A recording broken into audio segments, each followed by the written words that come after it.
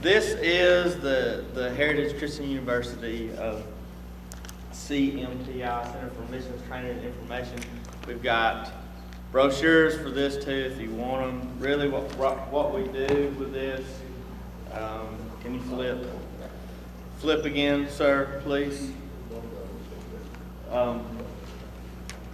The purpose of this is to train you guys or anybody, train and equip heritage students or those in the church community for effective missions. So the point of this is we want to be able to effectively communicate the gospel to everyone in the world, which is the Great Commission, to reach the whole world. The CMTI promotes an evangelism-oriented, Bible-based model of missions. CMTI uses a 2-year training program that covers all aspects of mission work. This is the end of the 2-year program. This is the last of the 8 seminars that we've had. And tonight we've got a special thing. We're going to go through every one of them. We're going to do every one of them tonight. We're going to go through all the topics. And we've got older missionaries, we've got younger missionaries, and we're going to get to hear their thoughts on every one of the topics of all 8. So if you've missed all the other ones, you're going to get it all tonight. You're going to know everything that you need to know. All of these seminars address specific topics essential to understanding the biblical basis and pattern of missions. And then we have forums. The next forum is the Maywood Missionary Retreat.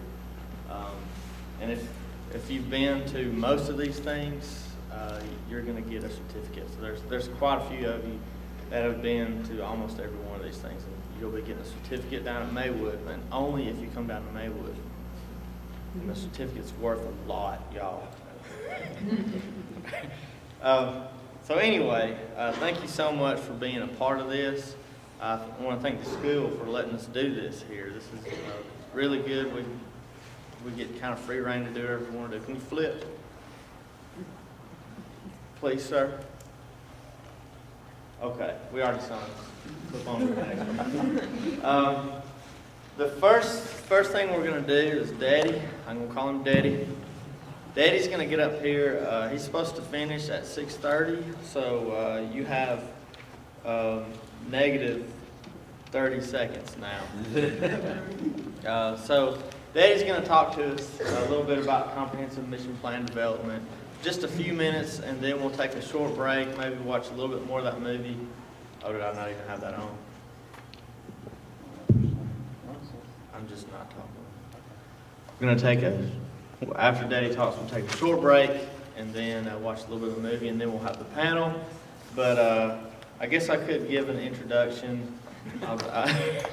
Those of you who don't know my daddy, now I'll just put it like this. We're not given a choice of who our parents will be. It's just you just realize who you are one day, and this is who you are. And I'll say this, if I had the choice, this is who I would choose.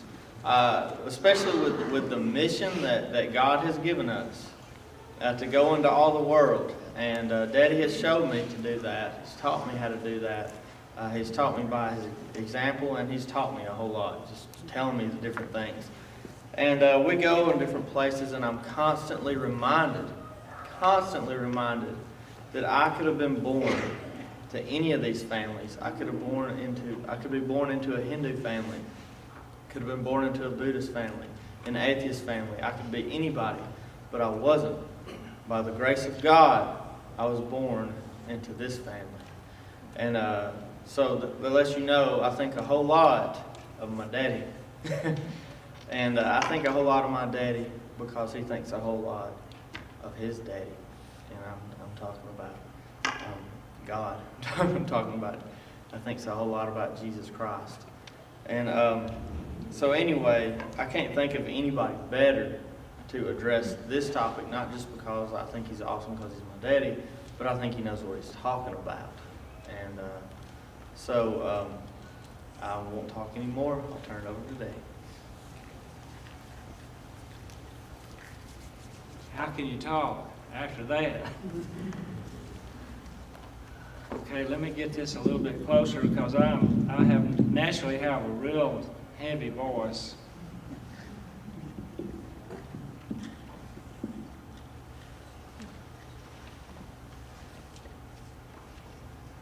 I don't know if I can do this in a negative 30 seconds or not. I think I've got about an hour, Joey, wherever you are. Joey just passed out.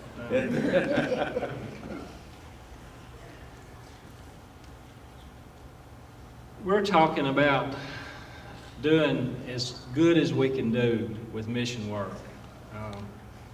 The reason we need to do as well as we can, as good as we can, is because the job of taking the gospel to all the world, to every person in all the world, has been given to us in the Lord's church. There's 7.2 billion people across the world today. Most of them have never heard the gospel. 1 million people die every week who have never heard the gospel one time.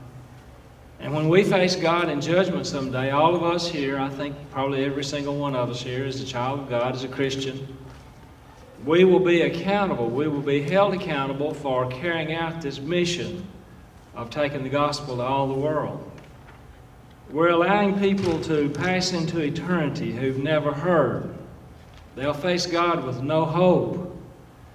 There's nothing in this world that's worth having that you would exchange for your soul. And we want to make sure that we reach as many people as we possibly can. So that's why we talk about effective missions.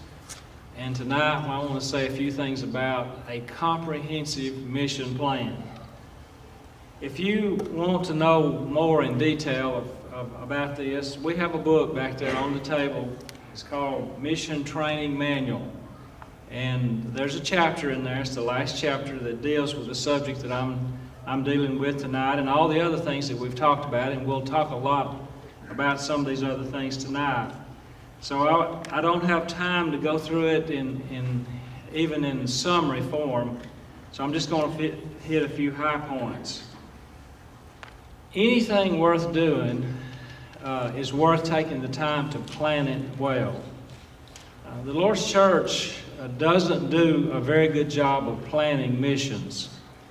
I visit many congregations. I've visited hundreds of congregations through the years to talk about mission work.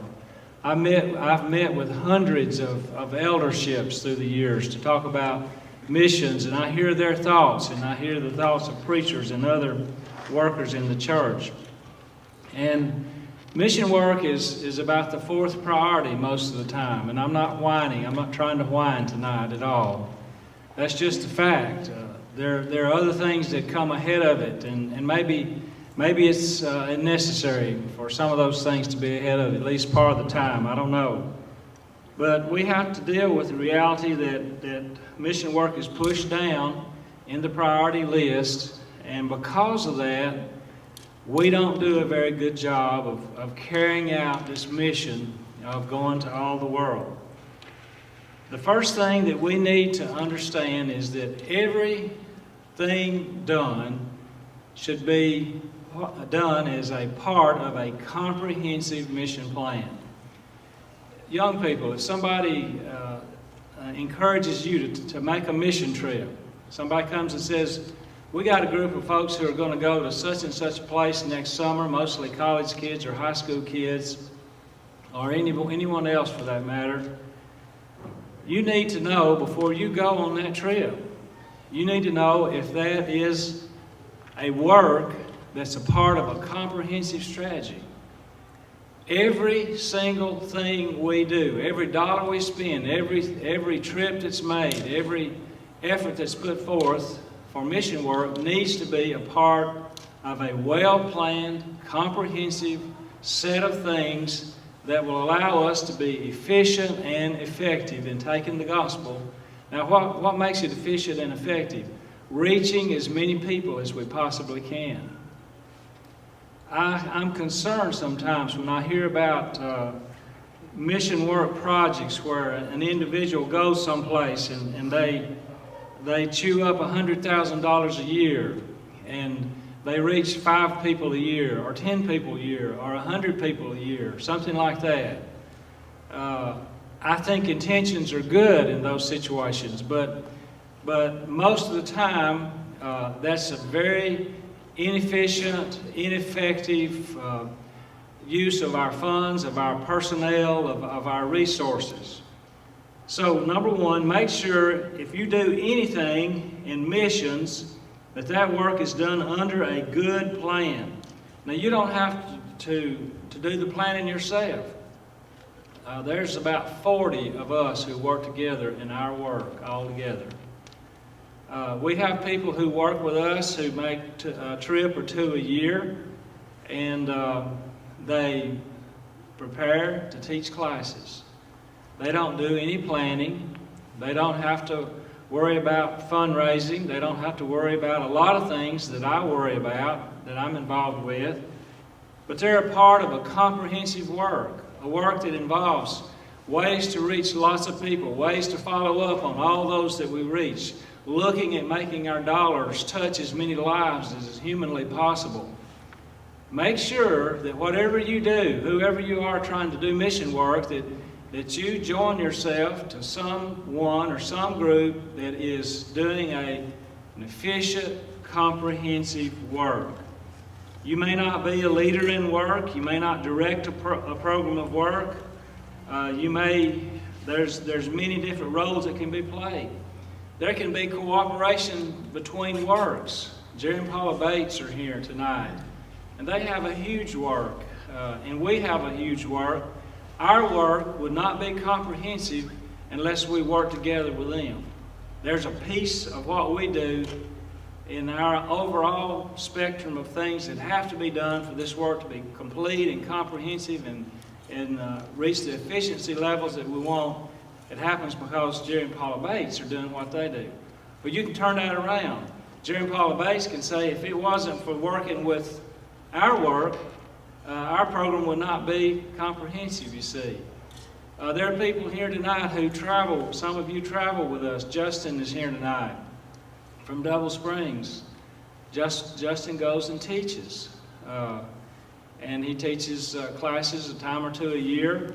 And he's not involved in the planning, and he's not involved in the fundraising. But Justin is a piece of a very comprehensive, effective work. And there's a place for individuals who want to be a part of this work. There's many foreign brethren who work with us. We've got Neil and Miriam back here from the Philippines, and when they return to the Philippines, we will be partners. There can be partnerships between works, between congregations. I've heard lots and lots of folks over the years say it's just terrible that we don't have some kind of big organizations in the Lord's church, aka missionary societies, so that we can be more effective. We don't have to do that. We can just work together. We can sit down at the table together and we can partner. Our word should be our bond. We don't have to have contracts. Our word can be our contract. And there are many, many other works that are overseen by other sets of elders other than what we do that make the work that we do a part of a complete work. So make sure that when you decide to do something in mission work, it's part of something that's comprehensive. All the work of the church should be overseen by elders. We have an unbelievably good sponsoring eldership, overseeing eldership for our work. And they support what we do. They make sure that we are efficient, effective, that we do a good job. They evaluate us. They invest time in what we're doing. And so if you're deciding to do mission work, that has to be a priority in your planning. You need to have really good elders that you're accountable to. Now, you may be accountable to elders someplace that are not overseeing what we're doing. They'll be overseeing what you're doing, but we'll be connected. We'll be connected, and that connection has to exist. Every person has to be accountable somewhere to the church in such a way that when you don't do what you're supposed to do, there can be an adjustment made. There can be a correction made for that. Work must proceed from lots of prayer. From lots of prayer. Probably the most significant thing that we're doing in our work today, and our work reaches across almost half of the world's population in one way. We have hundreds of thousands of people that we have an opportunity to study with every year who say, I want to study the Bible. They request to study the Bible with us. We have lots of baptisms every year, thousands of baptisms every year. But the most significant thing I think that's come out of the 30-something years I've been involved in mission work is a project that we have that involves working in China today. We've got a team of preachers today that can preach the gospel in China in their own language. They are citizens. They are in states where they have the freedom to do what they're doing. We can connect with them. We can meet with them often. They're on the border between Burma and China. This is Joey's project. He's developed this project from the beginning, and it's allowing us on the ground, grassroots movement, to start penetrating into populations of China that are 4 times that of the United States of America. We never planned to go to China. We never thought we would be working in China. We never dreamed that we would have anything that we could do that would be of value of reaching into China because of the other places we were working, because of the just things that we thought were our strengths and the resources we had. We never planned it. God opened that door. He opened it, and He made it possible for things to happen that made it work, and it's growing, and it's effective, and it's getting the job done. So comprehensive planning means that we do a lot of serious praying. A comprehensive plan needs to include a very good process for evangelizing. It needs to have a very effective funding component. You have to do good reporting in every direction to those who support you, those who work with you, to those who finance you, to those who oversee you, to those who work with you. It has to have an unbelievable network of all kinds of people to help you. We've gotten into some countries over the years that other people couldn't get into. Couldn't get visas to go there. Couldn't make things work out because there's a woman in Arlington, Virginia, named Tanya Ortiz. And Tanya's mother, his name was Mona Sexton. And Mona Sexton was a friend of Roger Mills. Roger Mills preached all over this country. The last years of his life, he preached in our area. Roger went to school at Harding with Mona Sexton, and Mona developed, they were all from Washington, D.C.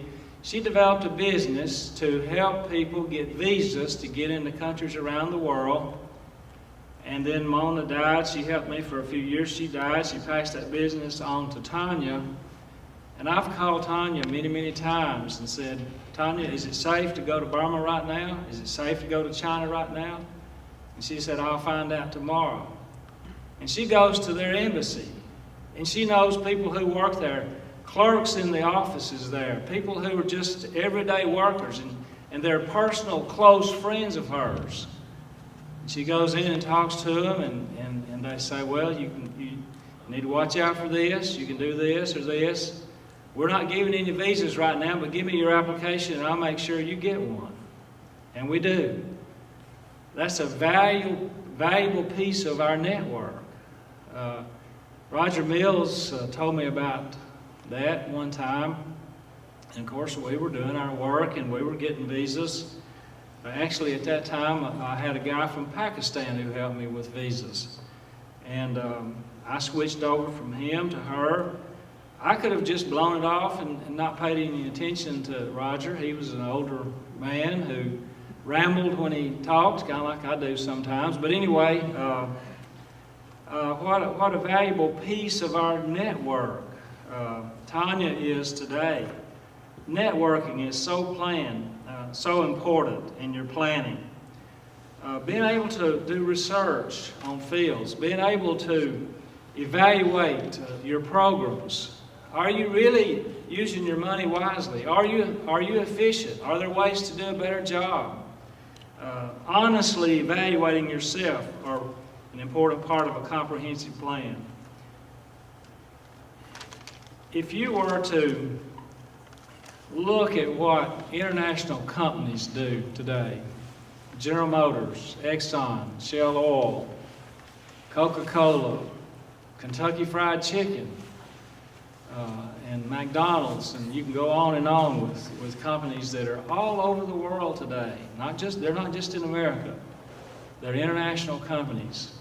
If you look into how they do their business and look at the things that are important for them to succeed, look at their marketing strategies, look at their communication strategies, look at their human resource development programs, look at their way of preparing for operations.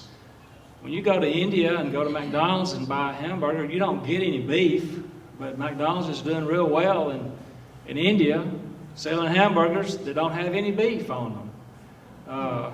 That's good marketing. That's figuring out how to operate, and they're just setting records there in that country. I've never been anywhere where Kentucky Fried Chicken wasn't very, very successful. Most of the Asian world, chicken is a very, very important part of their protein supply. And you can't sell beef and pork, but you can sell chicken. But anyway, these international companies, all of the things that they do, their financial planning, their staffing, human resource component, again, their operations, what do you do to get your product to the customer? All those things have to be done effectively and coordinated properly and put together. If we, as the Lord's church, are going to be successful in getting the gospel to the whole world, and we've got the money, we've got the people, we're going to have to do it in a much, much more organized way. Look at the Roman Catholics, the biggest property owner in the world, and fabulously rich organization everywhere in the world, even in places where when you read about the country, they'll tell you there are absolutely no Christians there, but they're there. They're organized. They have comprehensive plans. They have strategies, you see. So anyway, when you decide that you're going to be involved in mission work, and I pray that everyone here does, just make sure that whatever you do is part of something that's well planned and comprehensive. And the money that's spent will be well spent. I know Joey's getting antsy because I've taken more than a negative 30 seconds, so I'm going to quit there. If you want to learn a lot more, look at this book right here. It's back there in the back. They're free. You did go over. I went over. There's all kind of books back there. This mission training manual that Eddie was just talking about. Missionary stories. If you don't have this book, go get one. It's got all the stories of people that we've met over there, stories they've told us, things that we've witnessed ourselves. And if you don't believe that God works, then take this book and read it. God works, He moves in all of our lives. And I could stand up here and tell everyone, y'all want me to do that? Tell y'all? Here's one, How Shall They Hear? One that J.C. Choate wrote. And J.C. Choate wrote. Written by J.C. Choate. And I think it's real important. How shall they hear? A lot of us don't think about this. We live in America, and it's real hard for us to get outside of that mindset that we just kind of assume that everybody's heard of Jesus. They've been given an opportunity, and most of the people around us would think, well, they just don't care. Well, there's so many more people. There's only 5% of the world lives in America. We only represent 5% of the world. There's another 95% that's not like us. And there's a very large percentage of that 95, I can't tell you the exact number, that have never heard it all. They just don't know. They haven't been given a chance to say yes or no.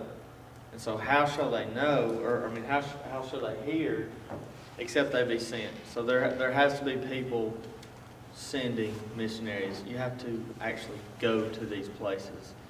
You got to make it happen. And then another book that's real good that's back there is First Steps in Faith.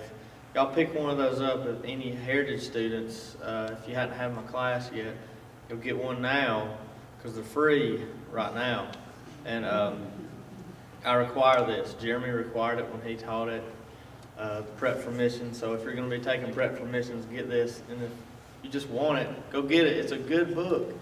Tells about when JC and Betty set off to go to Pakistan, ended up going to India, lots of adventures, and what we're doing right now is a result of the things that they were doing back then. So y'all pick that up. Let's see, let's take just a 2 or 3 minute break. As we're taking that break, panel members, be making your way up to the stage. Here's what we're going to do. The way that I've got this worked out is I'm going to go through each of these categories, and I've got 3-4 people that are going to respond to each of these categories. The first one is Brooke Leonard, Jeremy Barrier, and Lauren Smith.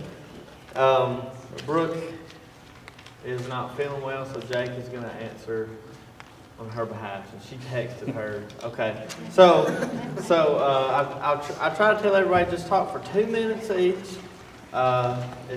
If some of you older ones that have more wisdom, that's okay if you take just a little bit longer. Just keep in mind, we will be here all night long if everybody feels the need to talk for 5 minutes. So try to keep it 2 minutes. I actually feel kind of disrespectful to some of the older missionaries only giving you 2 minutes, but I wanted to get different perspectives on it. Can I donate my time? Yeah, I mean, those who are, if some of you go shorter, that's going to give the older ones a little bit of time too. So, and I'm eating all that up right now. So the first topic is biblical motivation for mission work, and the question is, why do we as children of God need to participate, help, or contribute to mission work? And I have Brooke as the first one, so Jake will answer for Brooke. She says, I'm sorry I can't be there tonight, but first of all, I feel like we should spread the gospel because we are called to do so in the Word. It's one of the few things God asks of us as His children. If we want to live out our lives as God would have us to, we should share our blessing of knowing about God and Jesus' love for us. Like I've said before, it's all about love. If we love someone, we can't help but tell them about this wonderful gift we have through Christ. It's also important to realize that even if we can't go out into the mission field, we can do just as much work here in our towns and communities. And by this, I don't always mean going and having Bible studies with people, although that is great too. We can contribute by praying for those who are lost and those who seem to have no hope. And we can pray for those that are going out into the mission field. We can also give what we can to the cause, whether it be money or small gifts for the children. Faith and prayer can move mountains and take the word to places we could never imagine. But without love, none of this means anything. And that's awesome. She had. That's very good. The next one was Jeremy. If you want to pass it down, there's going to be a lot of mic passing and moving. Well, I think that, a lot of places in the world consider women property, and which means you can kill a woman, that's okay according to the law. There's a lot of places like that. There's a lot of places where women can't own property themselves because they are property. There's a lot of places that you go, billions of people that don't consider honesty important. They just don't. There's a lot of places where you go where you can marry multiple people. They don't really care so much about how you treat others. There are religions in the world that think that one of the number one assets to being a good person is knowing how to be deceptive and make money. And I'm talking about hundreds and thousands of people, millions of people. So I guess what I'm saying is it doesn't take long to start traveling a little bit to realize that many of the things that we take for granted about our faith, a lot of people in the world don't. And it is beyond, without being negative about this or too negative about it, it's beyond belief sometimes to see the way societies operate in other countries and the way they treat people. And now I know people treat people bad here, but it's actually sanctioned in their society to treat people in really bad ways. So, without even getting into the whole heaven and hell aspects of it, Jesus has a real simple message, which is be salt. Be salt for the world. And you go out there and you start bringing that to people. And it's crazy how confrontational that can be. All right. Wow. Now all the way back over here. Okay. Guess I couldn't do that.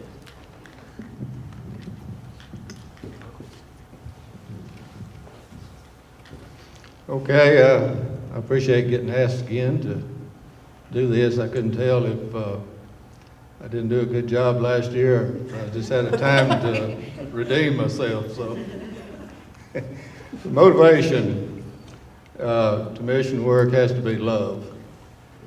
Love of God, love of our neighbors, our families. In this case, I think he's talking about anybody that doesn't have the gospel, whether it be your neighbor close by or a long way off. Matthew 28:19, make disciples of all nations, baptizing them in the name of the Father, and the Son, and the Holy Spirit.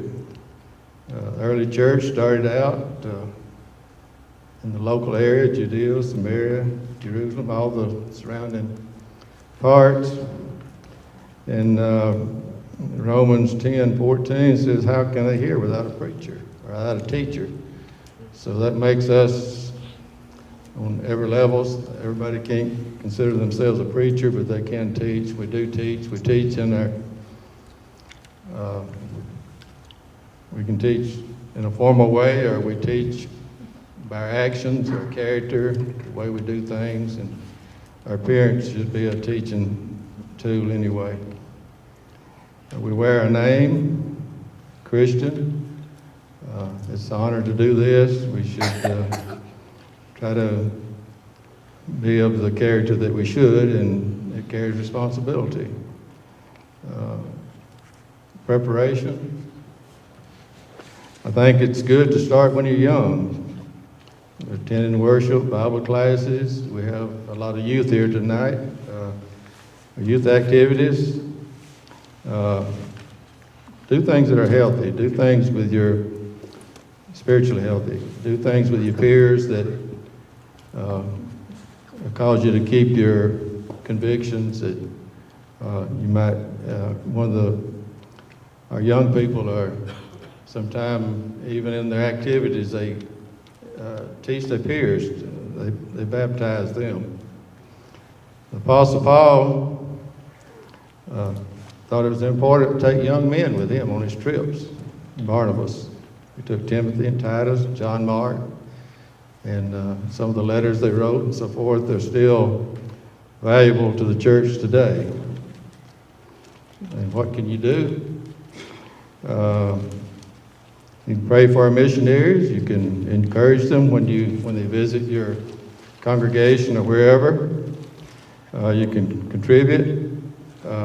Some of us even fortunate enough to visit with a seasoned missionary to travel, to go to actually the site. Sometimes it's life-changing experiences when you do this. We appreciate the work you do here at Heritage and the joy and and his daddy and all do. I heard Joey talk about his dad. I was trying to decide if he really thought a lot of him or if he was in trouble. It sounded like he's trying to wiggle out something, or I hope he thinks a lot of him. I know he does. He's got his character he carries with him. I appreciate being here tonight, and thank you. Thank you. It's an elder right there, can you tell? The next is missionary and family preparation for mission work. So we're going to start off with Mama. The question is, hold on. I'm going to get a slide. Okay. Now, y'all see that? This is in a house in Burma. Joe Sane, he's a teacher at one of the schools out there, kind of the director of the school, got it all together. And he's got this huge poster on his wall of Mom and Daddy. And Gracie and Lan were there this last year, and they wanted to get their picture by their picture. I mean, it's life size. Anyway, so I thought that showed family. So how does a family need to prepare to be involved in mission work? What do they need to prepare for? And I wanted to get mother and grandmother perspectives and the young one. Make sure that your heart is right for missions, not thinking that you're just going on a vacation, and that you want to see the world. Now that's part of it, to be adventuresome, but the main thing is to try to reach souls. Second, I think you need to train at Heritage to know the Bible, also to attend these classes so that you can understand what is involved in missions before you go, so you won't make a lot of mistakes. Let's see, learn how to raise funds from a missionary. This is the hardest part of doing mission work, is raising funds. Another thing, learn how to report, whether you need to report with letters or phone calls or personal visits. How often do you report to congregations? Yearly or every other year? How will you leave home and have your bills paid? This is something that people don't think about, but you need to know whether your family's going to take care of it, or it's going to be an automatic withdrawal, who will do it. Designate someone to do this before you go. Don't just leave all the bills in the mailbox, and when you get home, you're behind on everything. Think about it. Some of the challenges that you face at home, what will happen like if you are the wife and you are left at home while your husband is gone on a trip? Many things go wrong, and usually do. As soon as they get on the plane, and sometimes don't even get back home from carrying them to the airport, and things start happening. The car breaks down, there's a flat, the washer tears up, whatever, Just know that it's going to happen, and that it's the devil causing it, and he's trying to get you to keep your husband from going. Okay, so you need to have a plan on who is going to help you while they're gone. Okay, so I always know who I'm going to call first, who I'm going to call second, and those sort of things when I start having these problems. And don't wait until the middle of the night to decide who you're going to call. Some of the things that you have trouble with overseas is that it's a long, hard trip. Might be 36, 48 hours before you even reach your destination. You are half dead when you get there. But you've got to also be prepared for culture shock. Some countries are just unbelievable, like India, and you just cannot believe it, that it actually exists that way.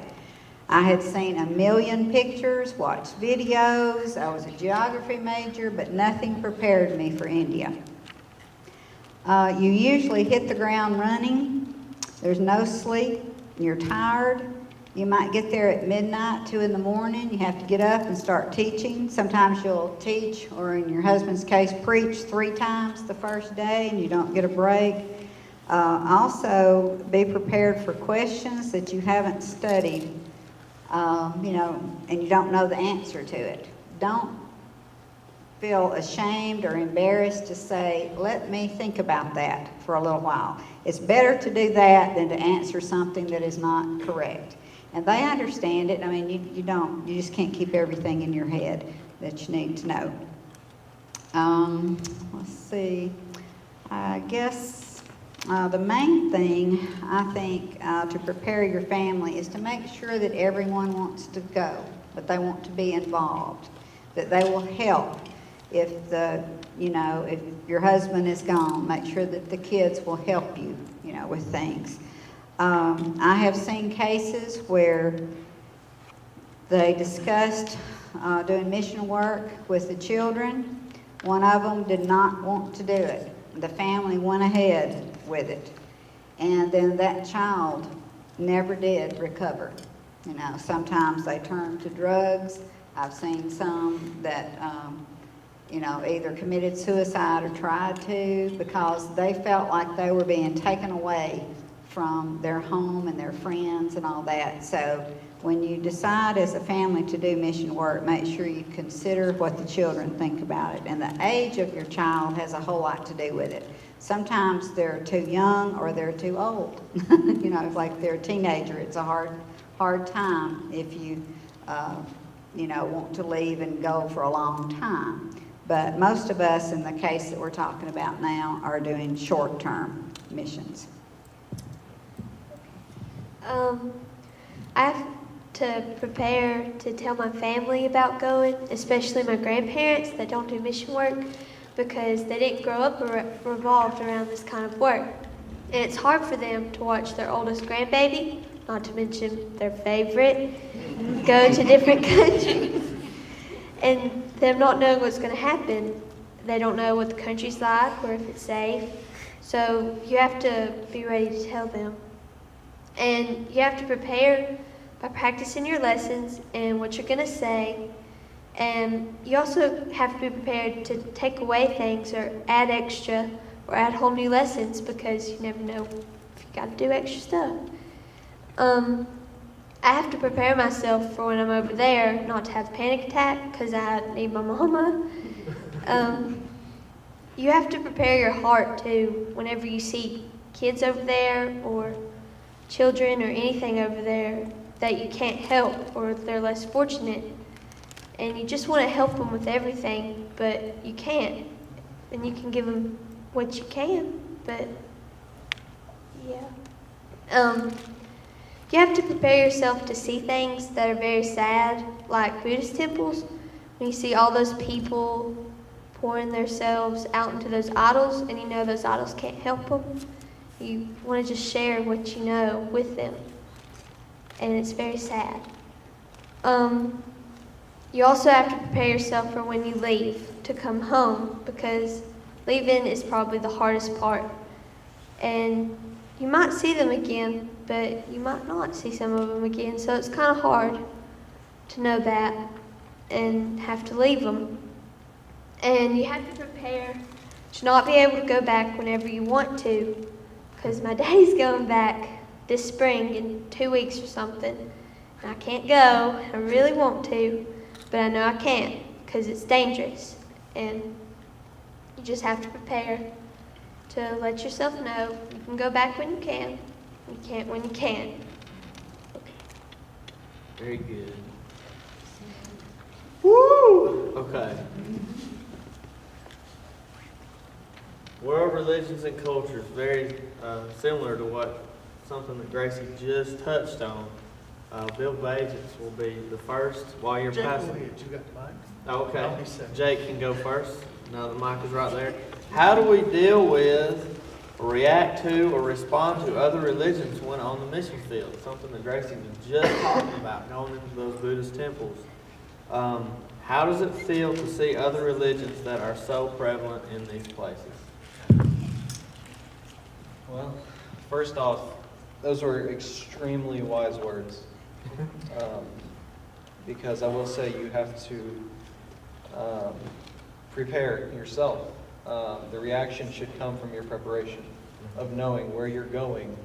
God is a minority in people's hearts there. And I'll just say as far as how I feel or how I reacted, I went to 3 different, in my trip in October to Burma, we went to 3 different temples or shrines. We went to a reclining Buddha, we went to a jade Buddha, and we went to Buddha's tooth. The first one, the reclining Buddha, it was interesting, beautiful architecture. One of his eyelids is like 10 feet wide, ridiculous. And this was like within our first day. I hadn't gone around town much, and I'm thinking, this is cool. This is, wow, I've never seen this stuff before. But then as we went around town, it didn't take long for my heart to just become real heavy. I'll never forget this image of, I saw a mother bathing her young boy in water draining from a hotel in a drain pipe on the side of the road as we passed. And you see so many things like that. And I got infuriated on the inside. And my fascination of visiting these places instantly disappeared because we went to the big jade Buddha statue. Considering the poverty of this nation and that mother bathing her child in that condition, there was only 2 places I encountered in Burma that had air conditioning. One was our hotel, and the other was the mall. And this is in the capital, Yangon. This is the capital of Burma. And but we went to this statue. It's this massive jade statue inside of a big glass case, and inside of this case is air conditioned. The inside of this case is air conditioned, I guess, to keep this ridiculous big statue air conditioned. And there was a big box in front of it, that tall, that wide, full of money, about to burst open with money. Stacks of fresh food. And I saw a child running up to this Buddha, so excited to praise it and worship it. And I had not prepared myself for that. And so I guess my answer is piggybacking off of what Gracie said. I cannot emphasize the wisdom in preparing yourself. Instead of reacting, you need to prepare yourself, look up stuff. And of course, nothing can substitute for seeing the real thing, but I wasn't prepared at all. Very good. When it comes to how you feel, it depends on what you see in large measure. If you're seeing a religion that has established civility and kept people alive and created a culture where you can preach the gospel, that's good. The religion itself may be fatally flawed, but it has its good aspects, and God has used it to that degree. If, on the other hand, they're throwing away babies because of physical abnormalities like being left-handed or being a twin, that's sickening. And there's nothing in the world you can do but watch your heart sink when you see such things.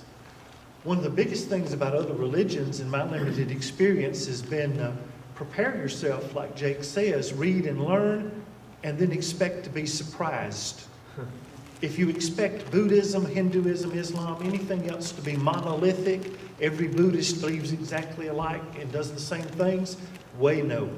People are people everywhere, individual and unique. When it comes to overall reaction to text, we point you to, and you know them both, 1 Corinthians 9:19 and following. To whatever degree we can do it and stay loyal to God, we appreciate the customs and manners of the people we're around, becoming all things to all men. And if we think about it in terms of Acts 17, Paul didn't go to the Areopagus and insult them. He went there and taught them about the unknown God using their own inscription as his visual aid. So that was just so cool to do that. He didn't put his foot in his mouth, and he didn't negate the message or make it hard to hear by being obnoxious. At the same time, he stood firmly with the truth of God, which is sweet. Amen. Let's see, Ed will be next. Mission field assessment and selection. The question is, how do we decide where to go and what factors should determine our placement? You want to go where you can be most useful. I think that would be universally true. There are different ways we can be useful depending on who we are and what experiences we've had and what training we've had. Wayne was talking earlier about the leadership of a comprehensive mission strategy, that there are some people who are designing and implementing and directing people in a comprehensive mission strategy, and then there are other people that aren't involved so much in that, but are more of the foot soldiers. And I would say if this is sort of a panel directed at getting started in mission work, you probably don't want to get started as the general, as the director of your own mission plan, but you probably want to get in on the ground level and start learning from more experienced missionaries. So I would suggest that you find someone who knows what they're doing and tell them where you should, let them tell you where you ought to go and what you ought to do when you get there. I myself enjoy doing that exact thing. I am not the director or the general of the mission things that I get involved in. I am very happy to be told where to go and what to do. And so I have a limited skill set. I feel like I can contribute to the training of people who preach the gospel and are Christian ministers. And I am happy to go and have people tell me, you need to go there and teach these people. And I will go and teach those people. And I would suggest, again, that starting out, you have people tell you what to do and where to go, where you can be effective. When you get beyond that, then you can maybe make some plans and decide where you can be most effective. That's good. You call them general, we call them godfathers. Okay, yeah, that's a better term. I'm grateful to have the opportunity to be here tonight to tell you a little bit about some of my experience in doing mission work. But first of all, as an old boy from Georgia once said, I'm enthused by seeing all these young people here who are excited about doing mission work. And there's no greater work in all the world than doing mission work. It's not easy, it's very difficult, but one of the most rewarding works which you'll ever be involved. We're talking about how to decide where to go primarily. Let me first of all say that the world is the field. The late Brother Alan Bryan, which some of you probably know or remember, was once working in this great city during the height of the bus ministry. They were running a lot of buses in this area. And a preacher from a not too far area from here called Brother Bryan one day and said, Brother Bryan, y'all are running your buses over in our territory.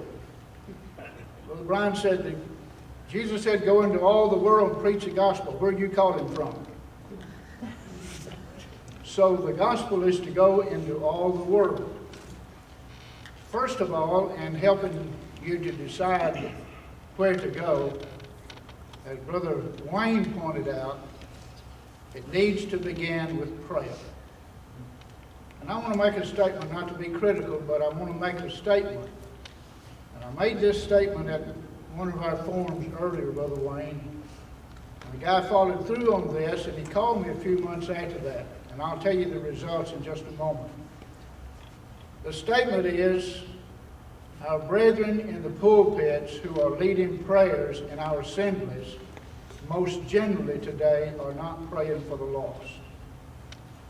And he said, I followed through on that, and I think he said about 180-something prayers after that he heard led. Only very few, like 4, 5, or 6 prayers being led, were praying. How many? 3. 3 prayers. Brethren prayed for the lost. if we're not praying for the lost, there's a good possibility we're not going to reach the lost. In the book of Acts, chapter 13, and verse 3, the Bible says they met to pray and went out to preach. Let me suggest then that as young people and missionaries, you first of all begin to pray about it. The prayer of my wife and I continuously is that the Lord will set before us open doors of opportunities. I pray that prayer publicly, almost every prayer. And having faith and believing in God that He will do and answer our prayers as such, I promise you there are more doors of opportunities that have been opened in our short circle of experiences than we really most of the time can get to, though we try to take advantage of all of them. I told someone recently, I need to stop praying that prayer because my plate's getting too full. So first of all, begin to pray. I think you need to consider also, as Brother Ed and Wayne have said, start training with an older, more experienced missionary. They'll help lead you and guide you in the right direction. Secondly, I had an instructor in school one time that said, in regards to doing mission work, just get started in some direction. And if it is not the Lord's will for you to go there, the Lord will show you. My wife and family and I had a real desire to go to Australia to do mission work early on in our efforts. We got out of school, started trying to make preparation to go to Australia, and every turn we made, the door was closed for Australia. But at the same time, the Lord was opening doors of opportunities in other directions, of which we again have taken advantage of.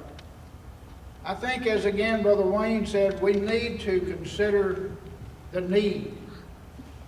There are many places in the world where people have not yet heard the gospel. There are places that are more receptive to the gospel than others, though we know and realize that every person alive today that's reached the age of accountability needs to hear and know the gospel. But there are areas, there are places where people have been for 30 years, and the church is no longer or no stronger now than it was then. It hasn't grown. They haven't reached souls. I know of a missionary that a congregation brought home a few years ago because they were there, but seemingly were not reaching the people. I'm convinced that this is the greatest business in all the world. Saving of souls is the greatest thing in all the world. So let's make every effort. Let's make every dollar count to the greatest effective method and means that we can have and use in order to help reach the lost of the world. As Brother Wayne again said, and I don't know why he got my speech ahead of time, but about 1 billion people or 1 million people a week falling over the water cleft of eternity that will never ever have the chance again to hear the gospel. We have an opportunity today in our generation to preach the gospel to the whole world in the now generation. Let me close with this, and we'll have more to say later about some means and methods. But in 1968, the World Evangelism Forum at the Sunset School of Preaching in Lubbock, Texas, the late Brother Con Payton stood before an audience of I don't know how many hundred, read the names of 120 nations at that time that, as far as we knew, did not have a known work of the Lord's church. Since that time, most every nation, if not every nation under heaven, the last I heard, and some of you people can't help me with this, but the last I heard, there was only maybe 3 or 4 nations that we did not have a known work of the Lord's church, and that's probably been filled since then. So we have the opportunity. We'll talk about the means and the methods of doing so later, but choose a field. Decide where you want to go with the Lord's help. Pray about it. Go preach the word, preach the gospel to a lost and dying world in this generation, not the next. Thank you. Very good. Did y'all hear that? Pray and just do something. Just do something. Okay. Next one. We got 4 people on this one. Finance, fundraising, and financial management. This is a real fun one right here with an F, fun. It seems to be one of the biggest problems with mission work, though. I mean, I don't know how many people have said, man, I'd like to go on a trip with you. How much does it cost? You need at least $3,000. Oh, okay. And then, I don't know if I can do that. And then so they finally decide, yeah, I want to do that. Yeah, I think I can do that. And then they start asking churches. It's really difficult. So this is one of the biggest things. So what's the most important thing to do in order to raise money? And we'll start off with Daddy down there. As Joey said, this is, and Janet too, this is the hardest part of mission work, and it becomes the obstacle for lots of people to stop trying to be involved in mission work. I'm just going to run through a few things that I've jotted down here, and you can look in our book, and there's more. If you're going to approach folks with money and ask them to help you do what you want to do, you need to have a good plan. You need to have a good budget, financial plan. You also need to have a good written, comprehensive plan. I talked about that earlier. They need to know that what you're planning to do is something that's worthwhile, that's going to result in people being taught, that there's a probability of success, at least in teaching people, and that has to be communicated in written form if you're going to be successful. The best thing that you'll have after that, when you go in and try to talk to folks about helping with the work, is your own attitude, your own appearance of preparation, motivation, competence. Those things have to be evident. Now, if you're very, very young and going to make a trip with another group and you're getting started, they understand that. They'll look for motivation. They'll look for soundness in your Christian character. They'll certainly look to make sure that you're recommended by those who know you and all of that. But if your best selling strategy is your own motivation and your willingness to try to seek and save the lost, you need to be under good oversight. I've known of missionaries trying to raise funds who didn't have an overseeing eldership. Not many are very successful in that. You need to be prepared to report on what you do. You also need to give good comprehensive financial reports of who gave you money and what did you do with it. It all has to be accounted for, and it needs to be done in written form. You need to be prepared to work hard in fundraising. It's just really, really tough. I mean, there's a lot more people looking for money than there is money to go around. And you're going to always have to be on your best game if you're going to succeed. You need to be able to communicate well. If you're going to teach people, if you're going to be effective in communicating the gospel, but you can't communicate to those that you're asking to send you, they're not going to be very impressed. You need to be a well-organized person. You need to know what you're doing, and they need to see that. And you need to be unafraid to ask. Tell people where you're going, what you're doing, what you want, what you need, and how much you would like for them to help you. I have a friend that has been trying to raise funds for mission work, and he'll go, you got to close properly when you're asking people to help you. And he'll go in and make his pitch. He's a good communicator. He's motivated. But he gets to the end and he says something like this, I hope y'all like what you saw, and maybe you can help me a little bit. If you can just give me $25 a month, it'd be good. Well, he needs $5,000 or $6,000 a month. He has a limited number of places he can visit. I know he'd be pleased I know that he would appreciate $25 a month, but he needs to be asking for $500 a month or $1,000 a month. He needs to be honest for what he needs. Don't be afraid to ask. If all these other things are in place, those that you're asking will understand. All right, now down here to Trent. The reason I put you on here is because I asked Trent if he wanted to come to Burma a couple of weeks ago, and he said, how much does it cost? And he said, okay, let me see what I can do. The next week he had all the money. So we'll put you on. I want to hear what you did. Okay. So yeah, it kind of took me by surprise and thinking, how am I going to do this? Mr. Barrett covered pretty much everything I had planned to say and more. But I will say, you just got to ask. You just got to, get together. A letter would be helpful. And tell them what it is you're going to be doing, where you're going to be going, all that sort of thing, and how much you need. And just, if you need $2,700, tell them you need $2,700. And just be upfront and forward and honest about everything, and just go to them and just ask. Because if you don't ask, then you won't know. And I really didn't expect to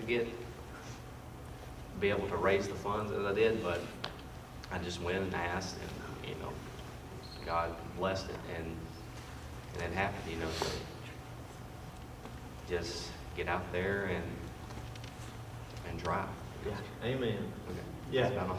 Yeah, that's good. Did you hear it? Just get out there and do it. If you want to figure out where to go, just go. Just go. If you can't figure out where the money's going to come from, go ask. Go ask. Okay.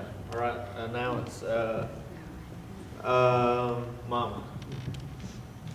I'm about to start giving a timer like a 1.5 minutes because our average is about 5 minutes right now. So don't be offended when I say 1.5 minutes. Well, I knew Wayne would answer everything I had. But one thing, if you're trying to raise money and you're a husband and wife and kids, the wife and the kids need to go with them when they're reporting and all that. Now, you usually do not go in if you're just talking to the elders. But if you're going back to report to a congregation, make sure you go with him if you possibly can. And I know you can't all the time. But it's very important for them to see a family going. And it's just like when we first started, our kids were little, and we would give each one of them a job to do. One would carry the books in, one would have the projector, one would have this or that, and we'd all march in, And then they all grew up. Now we've got the grandkids, and then they're carrying the things in. But try to go with your husband. But raising money is the worst thing to do. It's the hardest. But be diligent. Wayne gets in there and he makes the calls. And a lot of people just will not call. They can't stand to do it. They don't want to ask. They feel like they shouldn't. But if you believe in the product, you ask. Very good. Okay, Gracie, yours is just a little bit different. What does the family have to expect when you're doing this? Okay. When you're reporting, you have to expect not being able to go to your home congregation every single Sunday night because you're reporting, and you have to go with your family. You have to show them that you're together. I just like to go to mall, and sometimes it's hard for me because I just love it there and it's home. But it's good going to other congregations too. We have to go to different congregations and tell them about what we do, what they are supporting in different countries, and thank them for helping us. We show them pictures of the people they're helping and what the country's like over there. We show the same slides over and over again, and sometimes when you're there, it kind of gets kind of long because my daddy talks, and when he talks, he's sort of a rambler, and he's kind of slow. He gets his words jumbled up, but he does good, and I think the people enjoy it, and I enjoy it too. And by the end of the year, you know all the slides and all the things they say by heart. And sometimes you may get a little sleepy, and that's kind of hard. But the good thing is you get to meet all kinds of people and all the people that are supporting you and being nice. And they're also nice and loving, and they ask a whole bunch of questions. It makes you feel good that they want to help, and I enjoy that a lot. Thank you very much. Last night, Gracie was for about 5 minutes, and it's not because she doesn't care. It's she has heard it 50 times, and I mean, I'm telling you, she can just close her eyes and say exactly what I was going to say through the whole slideshow without looking at a single picture. That's just the way it is, and that's a part of it. That's what I want you to understand. If you're going to do this, that's what happens. You know, that's the reality of it. But it's important. She realized that it's important. And I was just talking about Maud, about being at Maud. I met the people of Maud when I was a child reporting. That's how we got to Maud. I thought it was pretty cool. Next one, logistics and foreign travel. Give some practical advice for traveling in the mission field, alone, with the family, what to bring, where, etc. Whatever you think. All of it. Of course, the first thing that we as women will think of is, what am I going to wear? And so you turn to somebody like Miss Janet and you say, what did you wear in Burma? What did you wear in India? And you try to look at what you're going to wear and think about it ahead of time so that you won't be different from everybody else. Usually a skirt, in the case of women, is always acceptable. But more important than that, you probably need to think about taking less clothes and more things to teach with. And one of the things I like to do is take a visual aid packet, not several, but I take one each time that I really like, and I will use that with children and women to teach with. So you need to have that, but you need to have your lessons prepared before you go. And you think that you will have them ready, and you think you're really good at it, probably sometimes. You've been over so many times, but I guarantee you the first time you get up, especially in front of the audience, oh, it's a scary thing. But God gave, the first time in India, God gave me an extra day. He knew I needed it. So, and I didn't know I had it. It just came up. But the first time I went somewhere was 20 years old to New Zealand, and quickly I had never been on a plane. I didn't know what to take with me. It was just, I didn't know the people I went with. So if you want to do it, make your mind up and go. Very good, thank you. Ed, practical advice. You went with the whole fam, didn't you? Yeah. Went with my family, 3 kids, and my wife last year. It's more nerve-wracking, I guess. When your family's with you, it's you're a little bit more footloose and fancy-free when you're just by yourself with the group.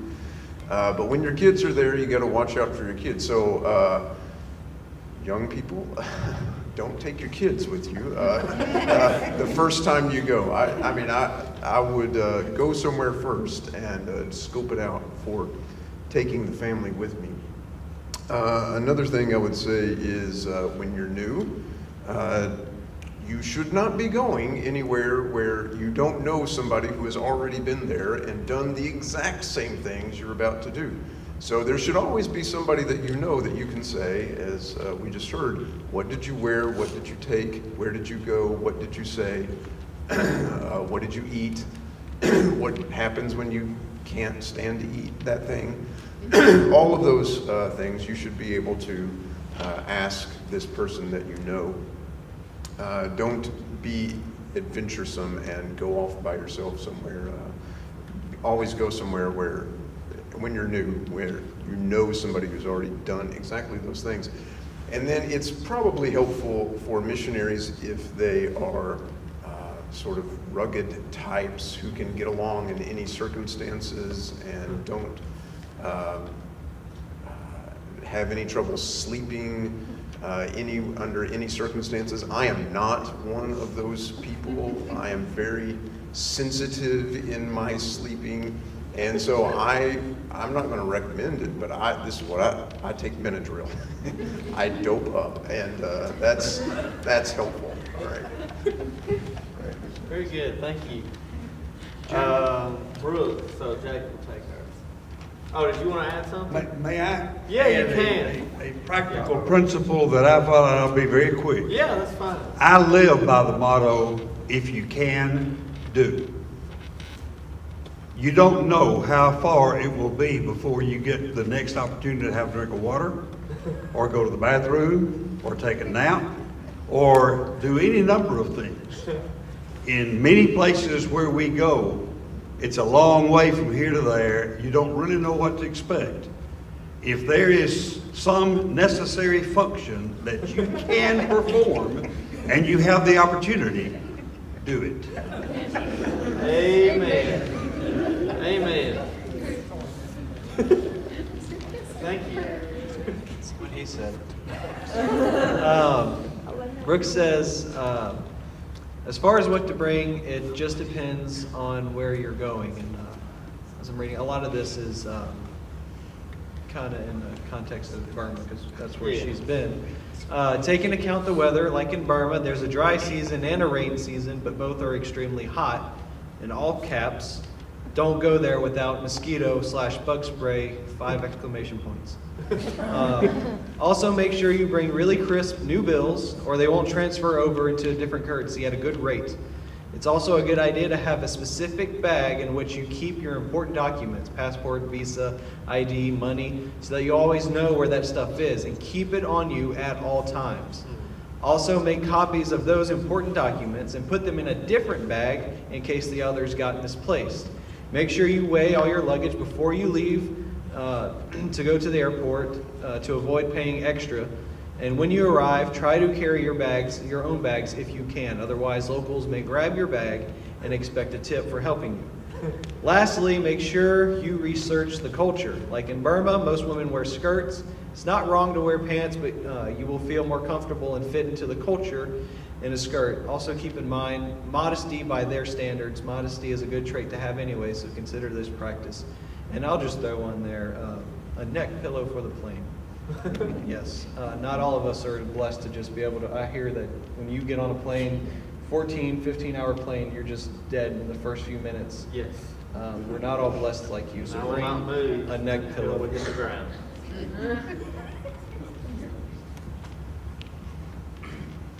Who all in here knows what Google is? Okay, I'm glad you do, because you need to know where you're going and before you ever leave, because more than likely, and this may be different in some of the cities, but places where we're at is basically out in the jungle, and you don't have Google. So when you do have Google, you need to get on the Weather Channel and you need to type in where you're going. And you need to know what their weather is. You don't need to bring your North Face when it's 90 degrees plus. You don't need it. And so you need to know your location, or if you're in Russia or Germany in the winter, you probably need 2 or 3 North Faces. So you need to just know where you're going in that regard.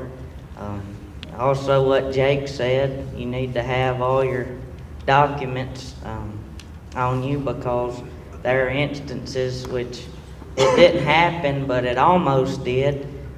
The authorities there in Mexico pulled us over. There had been some kind of civil disturbance, and they see a carload of a bunch of Americans, and they say, "Why in the world are you out here in the jungle?" And so in order to explain that to them, you need your passport so you can come back here. And so that's important. And Brother Joey doesn't want me to say this, but it's not always good to become one of the people there. You need to understand you're an American and you live here. And so the passport is important.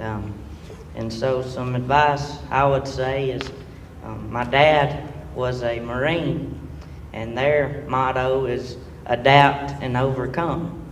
And my brother was a Boy Scout, and their motto is be prepared. So depending on your personality, you can adapt and overcome. We kind of encountered that when we got there. We fly into Cancun, and I was so busy getting all my other stuff, I forgot like just the basic things like toothpaste. And by the grace of God, we go by Sam's Club. You know? That was my Marine moment, but my Boy Scout moment was actually wearing light clothes. I didn't bring my jackets because it's 90 plus every day. So just depending on your personality, you need to either be prepared or understand you can change if you need to. Thank you. Now over here to Gracie, I think. Isn't that right? Yeah. So the next one is mission field relationships.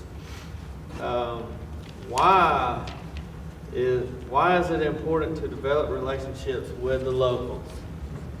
Okay. Why wouldn't you? Why wouldn't you want to be friends with them or love them or talk to them? When you're over there, they're some of the nicest people you will ever meet. They're, well, in Burma, that's almost been. They are so humble, and they always want to do something for you, and you just want to love them, and you want to be friends with them, and you need to let them know that you love them. And it's the best way to show who God is. I became friends with some of them. Their names were Terry, May Tonton, Mathante, Lulu, Tet Tet, Sarah, Marcy, Kellen, Suey, Kim Kim, Winsome, and many, many more.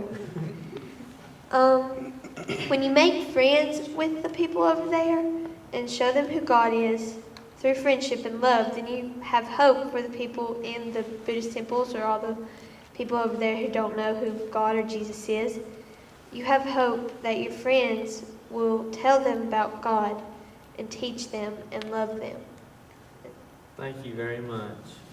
I have that picture up there because Gracie did become very, very good friends with those girls over there. And I take these opportunities to brag on her because I'm proud of her. But she didn't say we ought to love everybody. The reason she didn't say we ought to love everybody is because she just loves everybody. Do y'all notice the difference? You don't build relationships with people over there because you ought to build relationships. You build relationships because you love them. Not because you ought to, because you love them. Okay. Mike Brooks.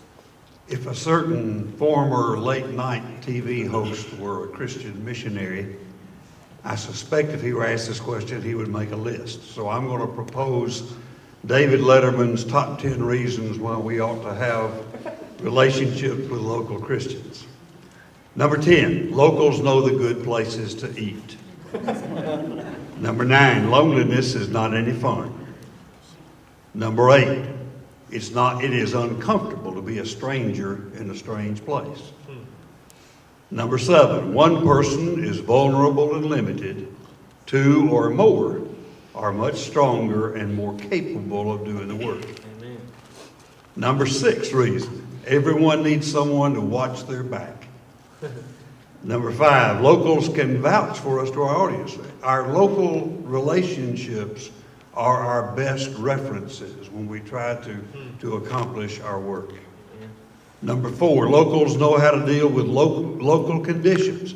They know the laws, they know the social culture, they know the environmental dangers and advantages. Number 3, relationships, and this is an important one to me. I've gone back to the same place for over 20 years, same places, many of them. Relationships are what make me want to go back. It's not seeing the mountains of the Himalayas or the swamps of Bangladesh. It's the people that I know and love over there that make me want to go back. Number 2 of the most important reasons to develop relationships. People are our business. People are important. You cannot have too many friends. And the number 1 reason, that what I call the Matthew 25 principle, inasmuch as you do it to one of these, the least of your brethren, you've done it to me. To rephrase that in the context of this question, if you have a local friend, you have Jesus for a friend. Amen. Amen. There's some wisdom right there, isn't it? Talking about relationships, talking about it is the people that we bring back. The video that we watched, the interview had Winsome and Sheila. And Sheila just passed away a couple of days ago. And all of us who are involved in the Burma work, all of us who have been over there, all of us who have eaten at her table are hurting right now.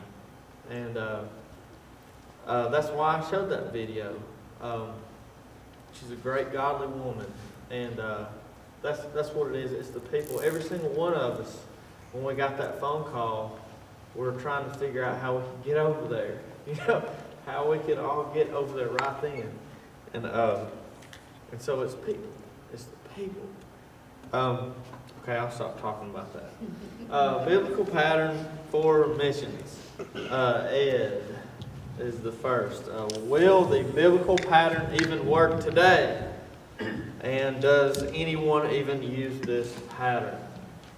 Does it even work? Yes, the biblical pattern works. Amen. All right. Next question.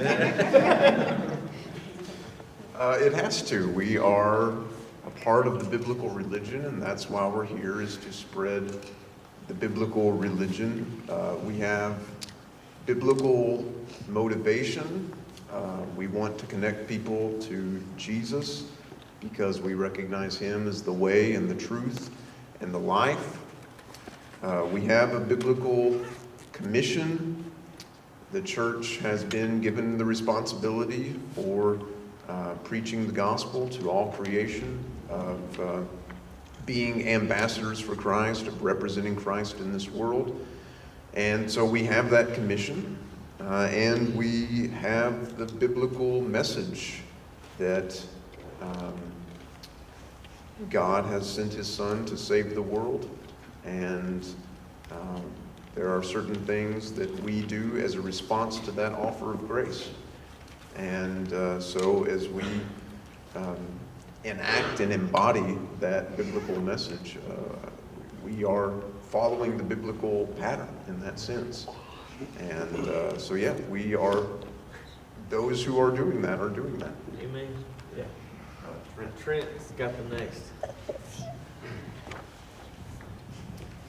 Okay, yes, it works.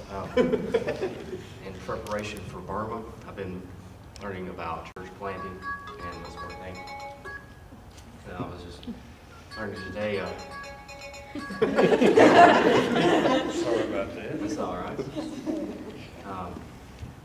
As far as biblical pattern, you know, going and preaching the gospel and baptizing them and teaching them to observe all that He's commanded us. Yes, it absolutely works. You don't have to go and find this place and build a building and try to get everybody to flock to it. No, you go and you teach them, you baptize them, and you teach them the essential things they need to know, and so they can be self-sustaining and go on to the next thing. Amen. Okay. Short, sweet, simple, to the point. Thank you very much. Back over to Daddy. Evangelism, program development. What should a good program look like very quickly? There's a million things you could say. Just in a nutshell, what should it look like? This is where the rubber meets the road, as far as I'm concerned. This is the operations part of what you're doing. A good program is one that results in a lot of people hearing the gospel. I know there are fields and situations where it's difficult to see large numbers here. If we're talking about going into some of the communist countries or former communist countries or Muslim countries where you have to do everything in secret, you're not going to be able to put up banners and do massive advertising and all of that. But in general, wherever you are, find a way to reach as many people as you possibly can. That has to happen if the whole world's going to hear the gospel. Make sure that you have a good evangelism plan before you go. Don't go and find out that you can't do what it is you thought you were going to do. Find out beforehand what are the opportunities in terms of teaching people the gospel of Jesus Christ. Preach the truth in love. You have to make sure that you don't compromise on truth and you don't compromise on love as you do what you do. And most of the time in mission work, you're going to have to deal with the language situation. I often have people say, what foreign language do you speak? Because I've been taught that you can't do mission work unless you know the language. Well, I work with about 5,000 or 6,000 different languages. I can't learn that many languages. It's just not possible. So I have to know how to work where I can use English and somehow end up communicating the gospel to people who don't speak English. So you have to incorporate that into your planning. Leave your message in written form. Literature is essential everywhere you go. I have taught and felt like I was just really doing a good job, only to find out that they were shaking their head yes to everything I was saying and didn't understand a word of it, didn't understand the translator. If you get it translated and put in print form, they'll eventually get it and leave that message with them. The evangelism plan is the heart of what you're doing. Fundraising and logistics and travel and all these other things. After you understand the biblical pattern and motivation, this is where the rubber meets the road. Okay, thank you. Teaching and preaching in the mission field. This is some of the fun stuff right here. Jake is first. Give us some practical advice to prepare for teaching and preaching. Sleep deprivation, translation issues, cultural issues, funny stories, strange questions. Go for it. Okay, 2 quick things then. One was mentioned, make sure you have your lessons beforehand. Prepare those beforehand. But also, I want to add to that, also be prepared to be completely unprepared and have to change your lessons. Almost completely sometimes, because that will happen. And another thing is just, we've heard, understand their culture. Really dig into that, because if you know me personally, I tend to sometimes be sarcastic. I don't know if that's come with working with Joey for like 4 years. Or that might just, I guess it's just who I am. But sarcasm is not understood in Burma at all. That type of humor, they don't get it. And I'll just leave this example because it's understand. I thought when, trying to study their culture, they're not American culture, I'm thinking, okay, well, when I'm teaching the class, don't, say, okay, Miley Cyrus is a bad role model, and of course they're not really going to get that. But I was talking to Brother Philip. Class was over in Burma. It's very, very hot. They had just cut up some fresh watermelons for us. And Philip, he came to me and he said, hey, we got watermelon over. Now that we're on break, you want to come and eat some watermelon. Watermelon's one of my favorite fruits. I love it so much.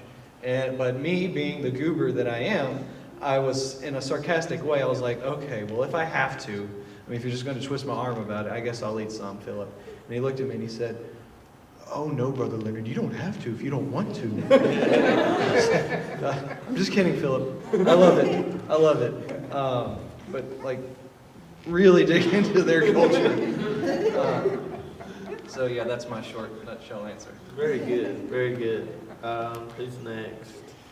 Jerry, and then Mike. I think, is that right? Okay, there's several No, things Eric. several things you could say regards to this. Some of what he said before, you got to be flexible, of course, with your lessons. You probably will have to change them, as he said. And you need to have one or two, at least, lessons that you have pretty much memorized, because there's many times when you will not have any room whatsoever for any kind of notes. It may be dark. You may be standing up with absolutely nothing in front of you. So you have no place to fool with notes. You may hand a Bible in one hand, maybe a microphone in one hand, and maybe a flashlight or whatever. So you just don't know. But in preaching, avoid illustrations that doesn't relate. For instance, baseball and football are used a lot here. In many countries, they have no idea what baseball and football is. So any illustrations using those two sports would mean nothing to them. So you got to avoid all of those things, avoid slang, cliches, figures of speech, because you see they don't translate, and unless your translator knows a lot about American culture, he would really have no idea what you're trying to say. And so you got to avoid all of those things. And maybe one final thing is be very careful answering questions about culture. You may think you understand, but more than likely you don't, because there's so many things about culture things that you just don't understand. I remember maybe 4 years or so ago, I was teaching in a school of preaching, some preaching students. And of course, one of them asked me a question about, can a village chief be a Christian? Well, of course, I immediately kind of compared that. I guess that's something like a mayor, you know. And I said, well, sure. Well, after we got to talking some more, I realized that in their culture, being a village chief meant that you had to be involved in some type of idolatrous activities. Well, obviously, that made up a different story. So I would be very careful, if not almost never answer questions regards to culture like that, because you probably will not understand everything that's involved in it, and you may give the wrong answer because you don't understand. So, Thank you. Very good. Eric.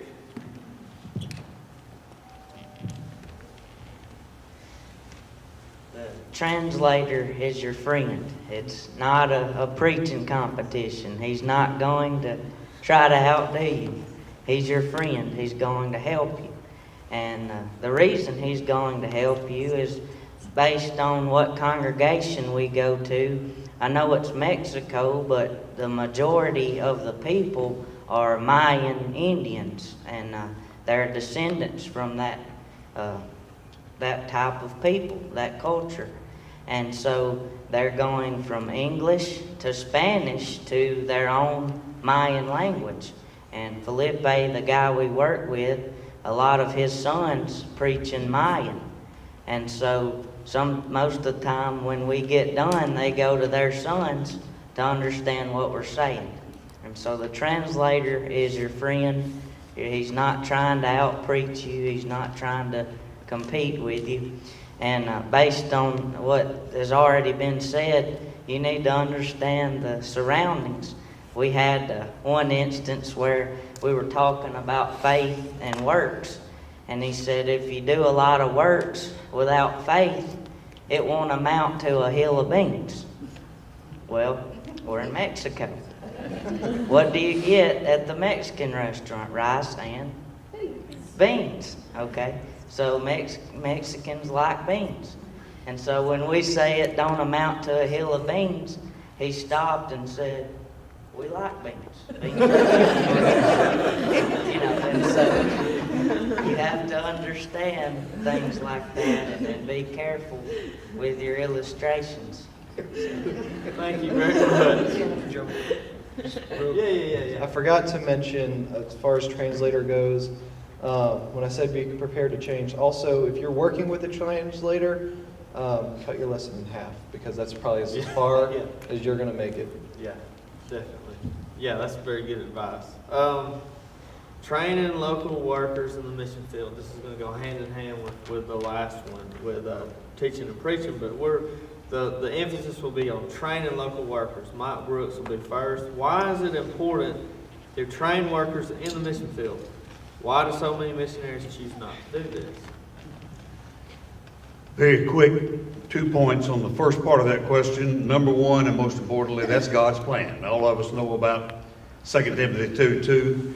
Paul told Timothy, "And the things that you have heard from me among many witnesses, commit these to faithful men who will be able to teach others also." Timothy was in Ephesus. The faithful men he was going to teach are in Ephesus. They're the local workers that he's working with, and that's the plan. You know, the corollary to that, the second reason is we're not going to always be there. We talk about mission fields and mission areas, and sometimes it seems that we think we will always be going to the same mission fields. Hopefully not. We won't always be going, for sure. Our life is short. But hopefully there won't be a need for foreigners to always come in and teach. The locals will become the workers there, and the sooner the better. So somebody has to be ready to continue, and if we don't train them, then who in the world will? Why do other missionaries not, or why do some missionaries choose not to do this, or fail to do this? I can't speak for everyone. I don't know what choices some people make. My observation would be in this, like training your kids to mow the yard, sometimes it's just easier to do something yourself than it is to teach somebody else how to do it. And we get urgent, we get in a hurry, we see something that we want to do, and it's easier for us to go ahead and do it, and training will come later. That's probably a poor economy. We probably ought to spend more time training and less time doing. Secondly, and this is not as good a reason, we find it hard to trust locals. Not because they're locals, but because we just don't know them very well. We think of them as being neophytes, novices in the work, and they'll grow up and become mature Christians one day and can do that, but the time's probably not yet, and so we have a hard time trusting them and turning things over to them. And thirdly, we're proud of what we do. We enjoy doing it. We like to be, and I don't mean this in a bad way, we feel like what we do is important. We like having a place and a work and a sense of importance. And it's hard for us to work ourselves out of a job. And we need to kind of grow up ourselves and learn that God will have a place for us, and there's something for us to do when this job is finished, and we need to move on to the next stage. Amen. That's good stuff right there. I hope y'all are getting all this. That's real big right there. Jake, you said they might not know Miley Cyrus. Last spring, when I was in Burma, I was listening to the taxi, had the radio on. It was a Taylor Swift song, translated into Burmese. And part of me was ashamed that I recognized the song, number one. And then later in the week, we were traveling through, and it was a water festival in the Black Eyed Peas. And these large speakers just blasting, and of course people dancing. And so unfortunately they might actually know who that is. And so anyway, to answer the question, I think first, as Brother Brooks has so ably explained to us, it's the biblical pattern. 1 Timothy 3:15 says that the church is the pillar and buttress of truth at the center point of 1 Timothy. And he spends most of that book discussing how to develop leadership. What do you look for? And this is what you're looking for. And he follows that up even further in 2 Timothy. In Titus, he said he sends him there to set things in order, to train leadership and focus. But I think the most important principle I've learned from Don Posey. Don said, when you begin mission work, you begin with your exit strategy in mind. And I know that sounds backwards, but you've got to be focused on when I'm going to leave, because you're going to leave. There's going to be a time when you're not there, and it's going to be on them to be trained, and them to do the training. And I think, the way we do the work, and with you and your family, we're there a lot less than we are actually there. Yeah. And they need to know how to do that work. And as far as the second question, something I heard Mark Blackwelder say, especially for those who are located missionaries, that sometimes you get caught up in the mundane, we consider mundane things, and we forget our real purpose, why we're there. And sometimes we don't focus on the training aspect, and that kind of falls to the cracks. Yeah. That was a good point while the mic is passed. Did y'all hear that? We're there a lot less than we are there. Like, we're not there as much as we are. We're here most of the time. And so it has to fall on their shoulders. So, okay, go ahead. If we think about the question from the standpoint of us locally training to do mission work, I think sometimes we don't train because of pride. We think we already know it, we got it covered. I fear sometimes we don't do it because of lazy. It just takes a boatload of time and effort and energy to train to do well there or here, and that's tough. Some people are under the Nike myth, just do it. And they think if I'll go in spontaneous, it's more real. Spontaneous can be more real, or it can be more stupid. It's really good to plan and be prepared. And sometimes we think God's going to just deliver us in the moment, and sometimes God delivers us in the moment, and sometimes God uses us to show our weakness and point out what happens when we don't plan and train. Yeah. Amen. Okay. Mass media methods. We got some experts on this. Jerry Bates is first. He's our first expert. The question is, why mass evangelism? How mass evangelism? Give me some numbers on mass evangelism effectiveness versus traditional methods. Well, first of all, I don't consider myself an expert on this, but anyway. This is your field. As far as numbers, of course, I'm not an expert on numbers and all that kind of stuff. Of course, anybody who has spent a lot of time studying radio and TV will say that every contact that you get, a response, there's many thousands of people who are actively watching the program, but you never hear from them. And so that's, at best, the response is only a gauge as to how many people are actually watching the program.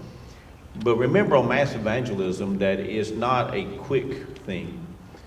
You can't go in and have radio and TV for a year and then quit and think, well, I've done all the good we're going to do with this, so, because everybody done been watching it. It goes on for years and years and years. Many people will watch it for years, maybe, and never call in. But that time they're learning. And one time they will call in and they may say, I want to be baptized. You may not ever know, nobody's ever had any contact with them whatsoever. But all of a sudden they know enough, they want to become a Christian right then. They don't really need any more teaching. That don't happen that much. Most times they do need more teaching, but nevertheless, that just shows how the effectiveness that's going on, even though you might not know anything about it. And mass evangelism will reach many more people than what you'll ever reach by yourself. Everybody is very limited as far as their personal work is concerned, who they can reach. It's limited by geographical area, you're limited by people you know, you're limited by people you have a relationship with. But in TV and radio, you can reach many people out in areas that you've never been yourself, probably never go. And you're also reaching people who will never talk to you personally, maybe, or never be in a church building. But they're willing to listen on the radio or listen to TV or whatever. And we need to develop a kingdom view of things. And this is true in the mission field. It's also true here in the States as well. As we mentioned a good while earlier about Brother Brian, when he's in the bus ministry, you're getting to my territory. Sometimes we think that, and we think this is my congregation, and I'm interested in growing this congregation, which is good, but radio and TV doesn't necessarily grow your congregation. It grows the kingdom.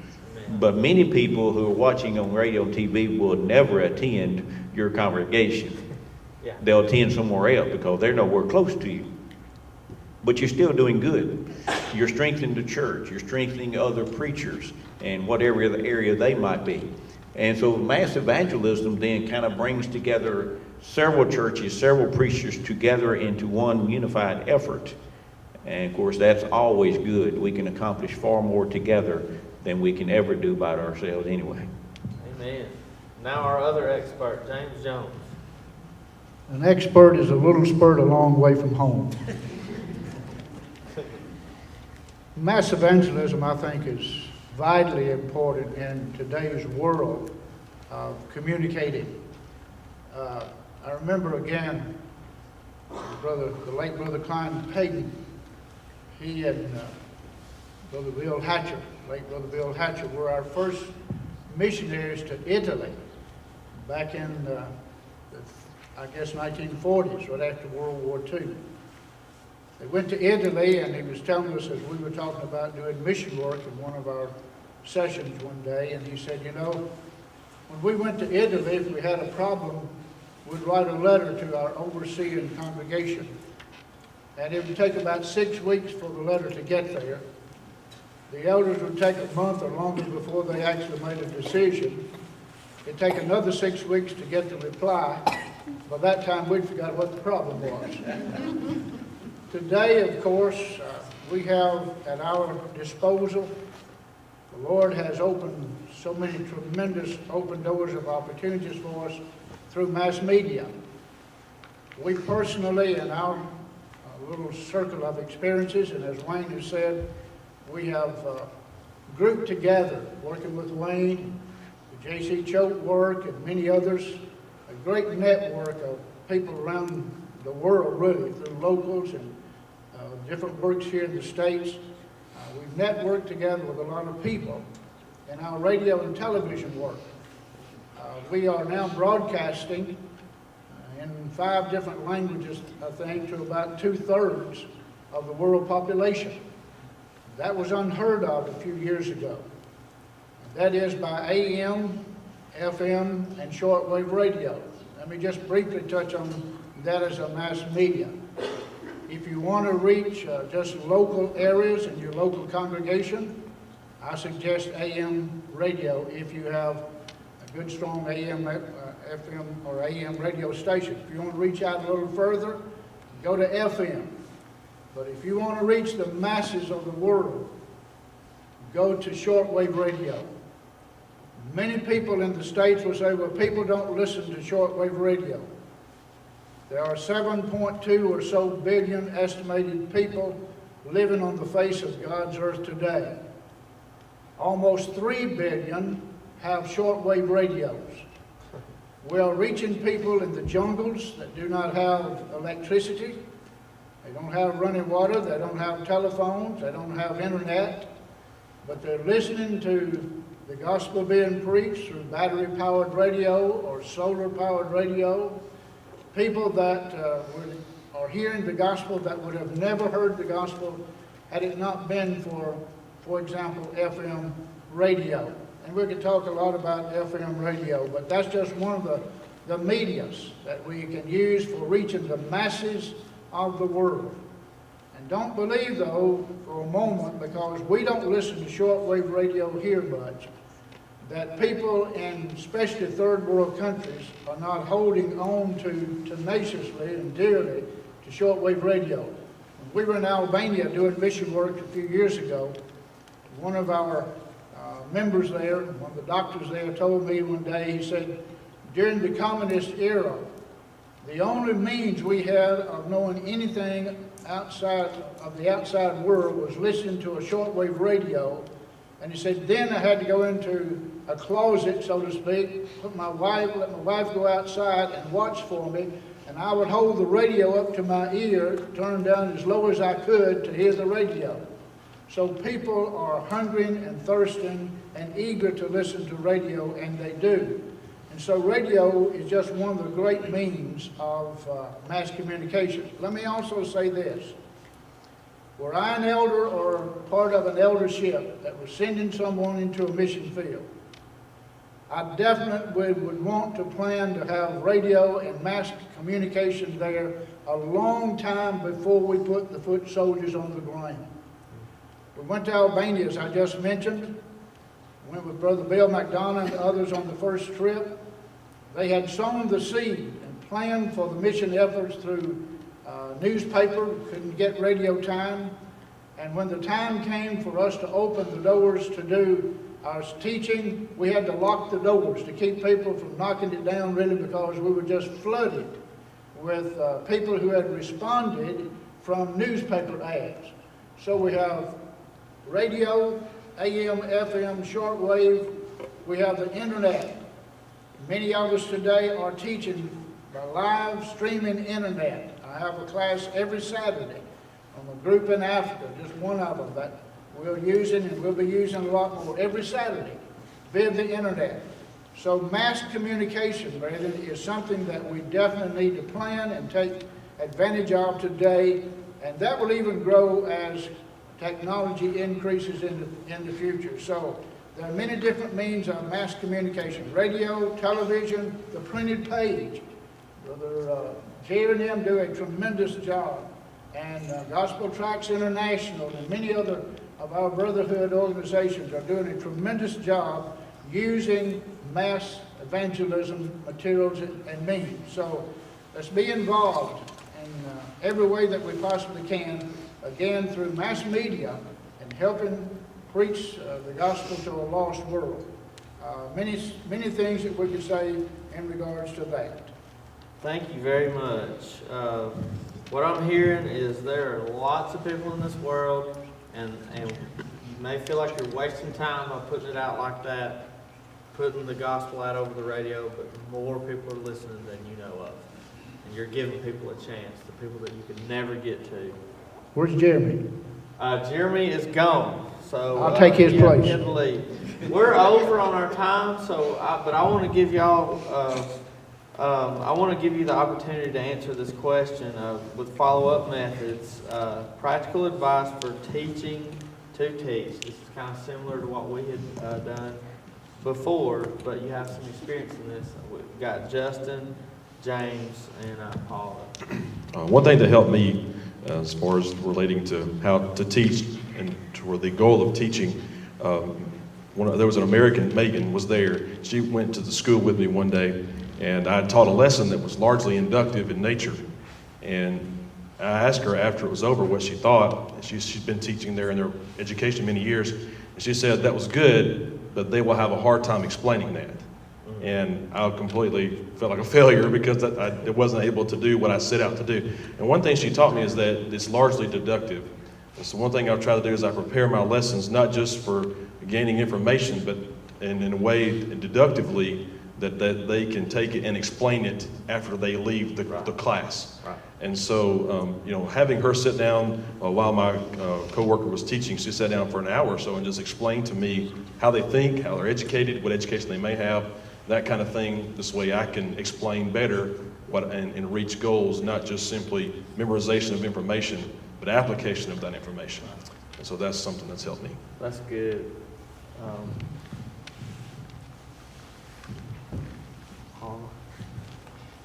Practical advice for teaching people how to teach. This is what the women do. Well, one thing is be prepared for different audiences when you teach. Everybody is not going to be the same. You may have groups at church where the ladies you're teaching, probably some of them know more than you do, quite often. But other times you may have ladies that can't even read or write. So you have to kind of gauge what you're teaching. And when you're teaching those to teach, encourage everyone around you to teach. And I'm sure that when you went, she taught just by her example, Gracie did, because most of the girls in our class were close to her age. So what did that tell them? That they could all do. And the one thing I would encourage you before you're going is get you a good Bible, start to mark in it, think about where you would teach things, and take that Bible with you.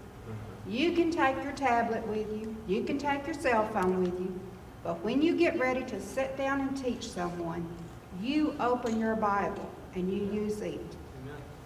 That's an old-fashioned approach, maybe, I agree. but I still believe in that. You also run out of power over there. On a Yes. very practical Very level, true. when it comes time, the power runs out and they don't have electricity. So that's a practical reason for that too.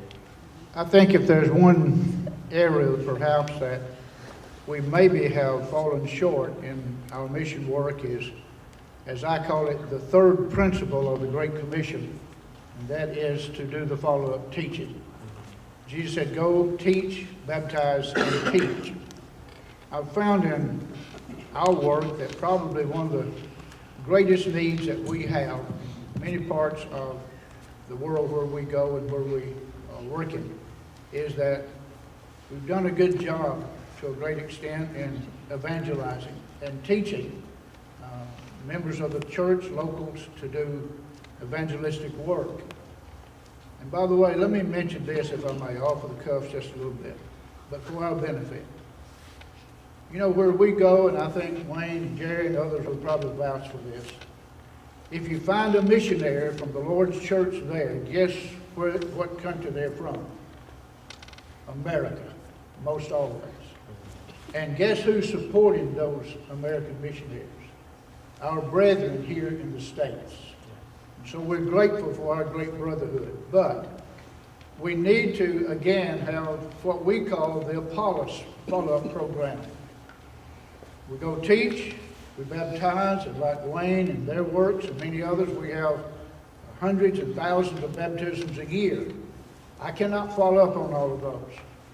But we go in places where we possibly can, and we strive to do this as many places as often, set up what we call Christian Learning Centers. And in those Christian Learning Centers, we bring both men and women, but especially men, into those centers, and we teach them, just like 2 Timothy chapter 2, verse 2 says.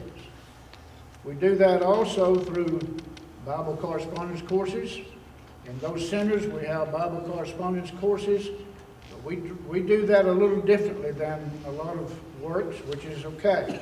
If others want to be different from us, they got every right in the world to be wrong. No, I'm just kidding. But instead of having the courses mailed back to the States and graded and all of that, so many times in places where we are, people don't have postage, money for postage. And so they can't mail them back. And so what we do is set up learning centers. We train people there to do, the grading of the Bible correspondence courses. We have preachers that are somewhat responsible for a geographical area, and then other preachers in the next geographical area, they take care of the correspondence courses, for example, in those areas. So the key to it, brethren, is, again, teaching these people to become mature Christians, and we like a lot accomplishing what needs to be done in some areas of the world where we work. Let me just say this, though. A few years ago, 2 or 3 years ago, I was in Ghana, not Guyana, but Ghana. And I was there for a World Bible School lectureship and so forth. But while I was there, some of the local brethren asked me, knowing that I have a great deal to do with radio, asked me if I would go with them one evening on a live talk radio program, which if you've never done live, talk call-in radio program, brethren, you need to really consider that, especially in foreign fields.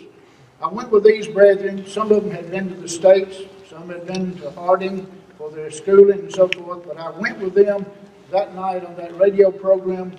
I don't know how many lines they had open, telephone lines, but they were lit up for the whole hour, I guess. And these people were calling in English, Brother Wayne, so I could understand the questions. But those brethren that were there with the radio program, members of the church, our brethren, they never once had to say, Brother Jones, what does the Bible say? What does the Bible have to say about this? Those brethren knew the Bible. Those brethren knew how to answer those questions.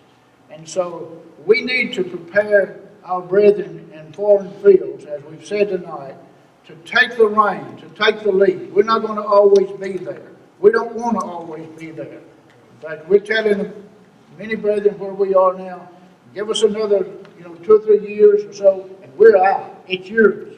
We're training them now to do that. So let's do everything we can to prepare and train and teach those people so they become mature, so they can take the church on forward into the next generation and whatever.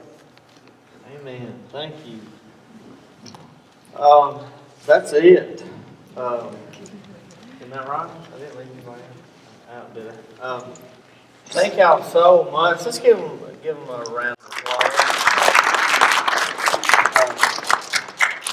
There's a lot of wisdom up on this stage right here. A lot of practical advice, a lot of good advice, a lot of stuff for the heart.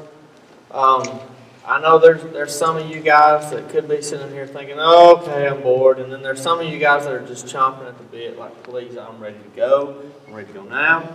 And so there's all different kind of people here. I'm glad you're here. Some of you guys, maybe it's not hitting you just yet exactly how important this stuff is. Maybe you just get a little taste of mission work, start going on a couple of trips, and then you realize, hey, this is important, and then you start thinking back, what did that guy say about that? Well, it's recorded. You can watch it, and then we also have access. You know, we got their numbers, we got their emails, we can talk to them. If there's anything you want to know, if you really, really are interested in this work. It's important. It's actually complicated. If we haven't figured that out, it's a little more complicated than let me go take a trip. It's going to start out as let me go take a trip, but when you really, really get into it, it gets really complicated. So once again, thank y'all so much for being here. Thank y'all so much for participating in this panel. I really enjoyed it. I think this is a good way to end the 8 seminars that we've had. And we will all meet up again down in Maywood, and it's going to be awesome. It's going to be awesome. So let's close with a prayer. Our Almighty God, we thank you so much for this day. We thank you for this opportunity that we've had to hear from these men and women of God, those who have sacrificed, those who have spent their lives trying to spread the borders of your kingdom, trying to train others, teach others so that they can teach others, and trying to do the things that you have commanded us to do, and not doing it just because it's a command, but doing it because they love the people of this world that you have created, your children, your creation, and they realize the importance of that. They realize that you love them just as much as you love us. And they also realize that every person deserves a chance. God, please help us to give everybody a chance. Help us to do whatever we need to do to give the world a chance to accept you or reject you. God, we love you and we thank you so much for Jesus. It's in his name we pray. Amen.